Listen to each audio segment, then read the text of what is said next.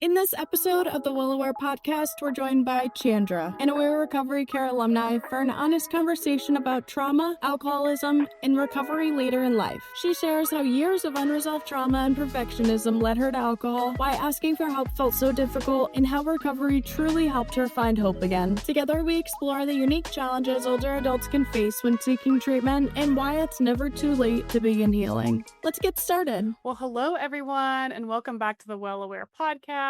I'm Dr. Lauren, our Chief Medical Officer here at Aware Recovery Care. And today I'm joined by a very special guest, Chandra Rowe, who is one of our own Aware Recovery Care alumni. And we're going to have a great conversation, I think a really important conversation about the intersection between trauma, alcohol, and honestly, what recovery can look like later in life. And Chandra, we're so excited that you're here to share your story. Welcome. Thank you. So, Chandra, who goes by Chan, is somebody who, like many folks, struggled privately with alcohol for the first part of her life. She has spent a long time really trying to, prior to her recovery, holding everything together. And honestly, it sounds like through recovery, Chandra, you've found greater connection, structure, honesty, peace, and just great fulfillment throughout your life. As we dive in here, can you start by telling us a little bit about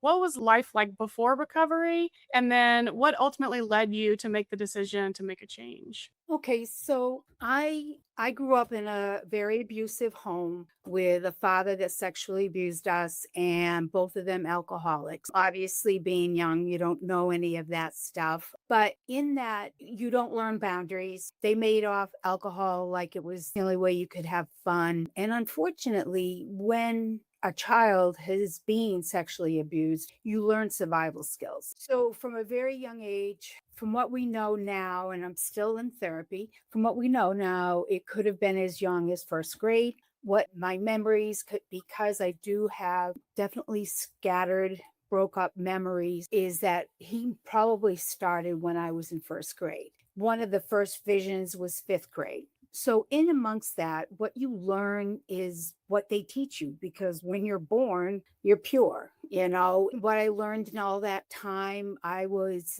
blamed that I was a liar because I guess I could say myself before my siblings. I was the oldest. I was the one that always tried to fix things at really young age. That's what I was doing, and got called a liar, too emotional, blah, blah, blah. But, again, I didn't know these were the side effects of it. Sure. Okay, so as I became a teen and everything, I very rarely dabbled in alcohol. I didn't want to be like my family. My siblings had gone toward drugs and alcohol. I had a child by the time I was 19, so I felt a great responsibility. But unfortunately, alcohol was always in the back of my mind. And because I had to survive and now being survived, as a single parent, I was on a train that just kept me going. I tried to survive. I'd have to have somebody living with me. Usually I didn't pick a very healthy person, probably because I didn't understand that. So as that journey went, I was still trying to seek out support by counseling. Had some bad experiences, I will admit, but I've had some really good ones. Moved to Pennsylvania, Philadelphia for 10 years, 30 to 40.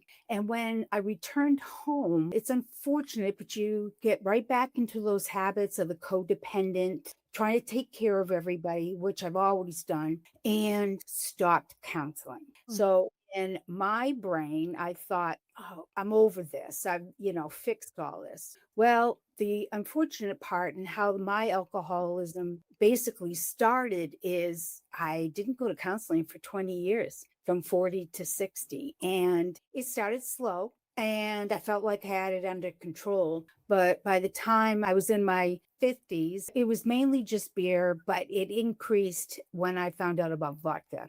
And in my brain, I was like, yeah, nobody's going to smell it like beer, and felt like I could get away with it. I probably, let's say about, my timing could be off, maybe 55, getting closer to 60, I noticed that, oh my God, I really need this every day, because the voices were coming back in my brain, the memories are coming back. So I wasn't dealing with that. I was the only woman in a man's company, and I helped start that. So I was there for 21 years. But always trying to fight, the battle of being in a men's environment. And I know I don't look like this now, but I had long blonde hair and I just was fighting the sexualism too. And sorry, I'm skipping back one here, but I was abused not only by my brother, my father, a cousin. And unfortunately, as my life went on, because I hadn't had the tools to change some of that, I fell into relationships that were like that way too, that were abusive. So anyway, as my journey goes, it started to increase. I became a little more isolated. I didn't want anybody to know. It was so much work to be in full alcoholism because you don't want anybody to know. Some people could care less, but for me, and I was getting older, and I was like, what are you doing? You did such a good job for such a long time. Well, anyway, it started to increase. I started to isolate more. I had a lot of responsibilities being that company for 21 years. And so, yeah, I look forward to coming home and having a shot of vodka and a glass of water, what really made it change was I had a great memory. All of a sudden my memory wasn't so good. I was the sticky note queen because I had sticky notes everywhere to help me keep up this facade. I made sure that I always had enough vodka because I personally, I didn't really know what was going to happen if I didn't. And then what turned it for the year that I ended up stopping drinking was I needed alcohol in my system pretty much all the time. I'd use it as an excuse when I wake up at 1 o'clock. If anybody knows about alcohol, it can knock you out, but you're right back up again. And I would think this was going to knock me back out for a couple more hours. And then I needed a shot in the morning because I was shaking. And then I knew. I said, you stupid, I won't swear, but you did it. You crossed that line. Now, being 64, I said, what am I going to do? How am I, first off, of course, I thought I was fooling my husband, but I wasn't. Unfortunately, I knew also because I started taking vodka to work in little Tupperwares, and I knew that was wrong. I absolutely knew it was wrong, but I had to have that in my system to act normal, if that makes any sense. Anyway, that summer, I just knew I had to do something. I was totally scared, and I was scared for a whole bunch of things. Embarrassment. I was a security officer, an office manager. I was well respected, and I really hit it well at work too. And having to admit to my family that, I had a problem because I guess I bragged that I didn't have a problem, which I didn't at first, but it took over. It did a good job taking over. And then it was trying to, I would lie to my doctor. And of course I had hepatitis C in 2004. And so I kept using that as the excuse when my liver was elevated, and he knew better, but anyway, I don't remember it, but I went to my doctor and I just said, I'm in trouble. It was wonderful. He had suggested the AWARE program. And I think my husband's biggest concern is he didn't want me going away. He wanted me to stay home. And that's probably was my biggest thing too. I think because I didn't want to intermingle with others. I mean, I had gotten to that isolation point where, the only place that felt safe was at home. I had a wonderful husband that never berated me. He'd just say little comments like, maybe you could start later today with drinking, that kind of thing. But the poor man, by the time it got to 4 o'clock in the afternoon, I was done. I mean, you can only put so much alcohol in your system. And the man every single night put my pajamas on, put me to bed. And I think waited patiently for me to hit my bottom so that I maybe could come back up again. So I don't remember calling AWARE, but apparently I did. And then that September, the 29th of September, I stopped. I really realized, and I had to let that ego, and that's another thing. I never thought I had an ego. Oh, well, yep, I did. And I think that was the ego having to admit that, yes, not that I'm exactly like my family in other aspects, but the alcoholism was there. And I was very lucky that it was a lot of work, but I was very lucky that I was able to keep it away from most people at my job. A few close friends there. They never brought it up, but I did open up to them, and I was scared I'd lose them. And when I started with Aware, I was able to detox at home, and that worked out really, really well. I had a wonderful guy named Dave, and he was by my side for like 5 weeks. And it was tough. I'll tell you, I'll never drink Gatorade again. Ugh. I had to get, that as like, he's like, you didn't drink enough Gatorade. I'm like, oh my God. And the sad news is 3 days later, after I had stopped drinking, he said, you still had enough alcohol in your system that if you pulled over, you'd get a DUI. I'm like, are you kidding me? So, and then I was blessed. I had, I think, call them CRAs. They really were great. That with them coming here, I think it was the first time, honestly, in my whole life that I really had to deal with me. And the guilt very much was brought up with a lot of guilt. And I mean, back in those days, not that well, I guess it is that long ago, but back in those days, guilt was used as a weapon. And so there was none of that, and there was like, if I would have fallen off and drank again, there would have been they would never have pressured me. So that journey turned out to be the best thing in my whole life. I've still to this day is sober, and so Congratulations. And thank you so much for your honesty. I mean, a lot of parts of that story, I imagine, even just hearing as a observer are painful. And so your transparent, I think, and refreshing honesty and sharing that with others is really impactful as well. And so it sounds like alcohol really slowly, insidiously, eventually affected every part of your life before you made that decision to change, whether it be your work presence, your relationship with your husband, your memory. You talked about kind of being on the other side. What positive changes have stood out most to you since being sober? Well, the first thing that I did, very scary, because I was brought up about good work ethics, but my work was killing me in essence. Still man world, still trying to, and when I say outspoken, being a security officer, I had to be truthful. And that's another reason why I made the decision a month after I stopped drinking to retire, because when you have that responsibility, and because I would have had to turn myself in, and that would have, at that point, it was hard enough just to not drink, let alone have to turn myself in. So that, and along with the fact of my beliefs and not cutting corners and things like that. And if anybody knows anything about the way businesses are run, not all, but some, you don't feel good when you get out at the end of the day. So that was one good change. Another good change, kind of felt bad for one of my CRAs, because, and the therapist I have now, I was a caretaker. I'm not going to lie. I don't like my mother.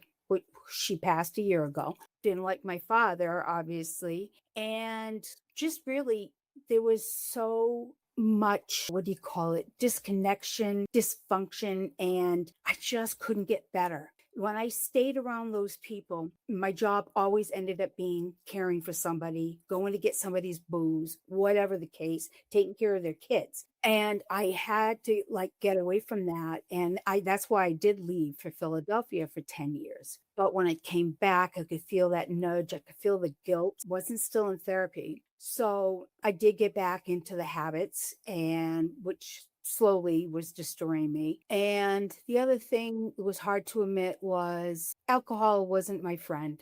Again, we fool ourselves and tell ourselves that it's really helping, but I didn't do anything violent or anything like that. But I have 4 grandchildren. They're all older, between 21 and 31. And they had to see me like that. I didn't per se do anything, but they knew. And holidays, because I'm working on this all the time. I had to be perfect. Growing up, my dad always told me I had a perfect body. My mother wanted me to be the next Miss America.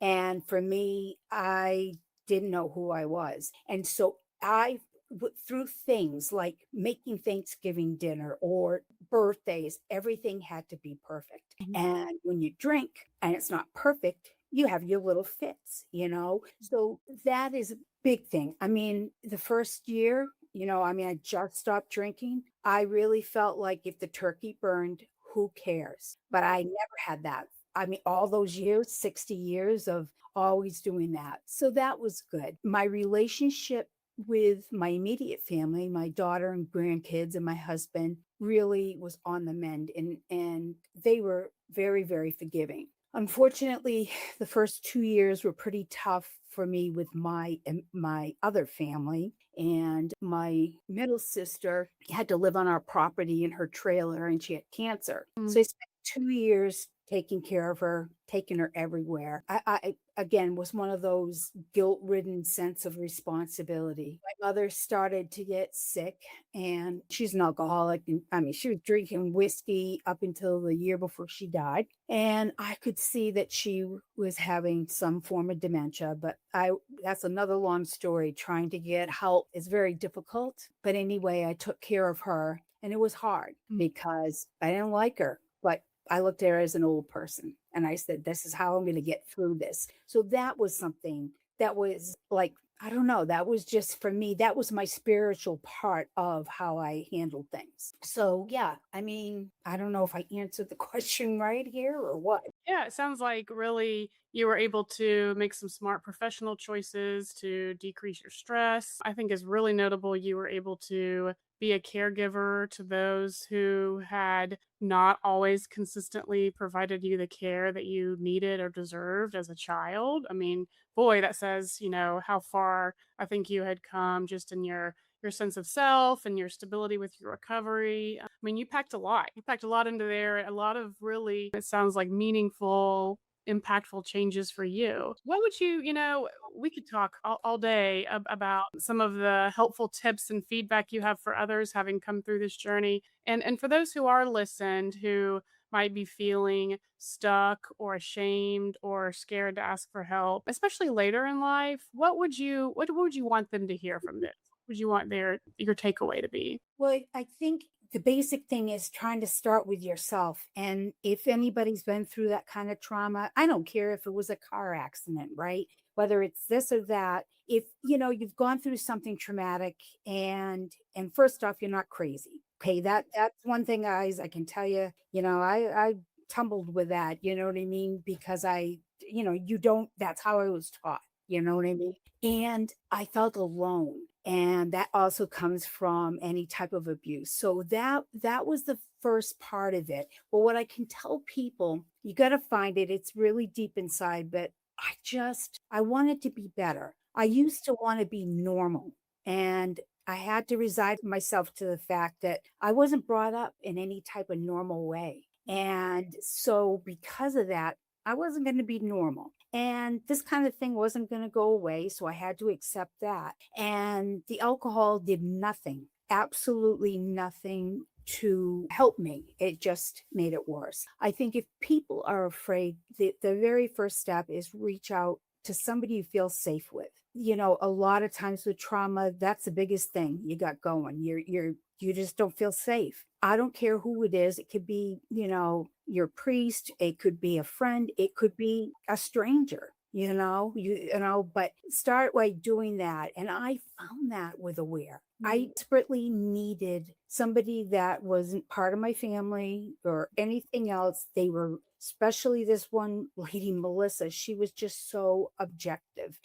She didn't have any prejudice or judgment. And that it was really big because I was brought up to be judgmental, take things personal. And these people that I had from there, I mean, they really helped me with that. I say give it a try at least. If it fails, don't give up, but at least try and reach out. And the other thing is be honest. I mean, I had to learn to be honest with them if something didn't feel comfortable. And I did. I had to say stuff.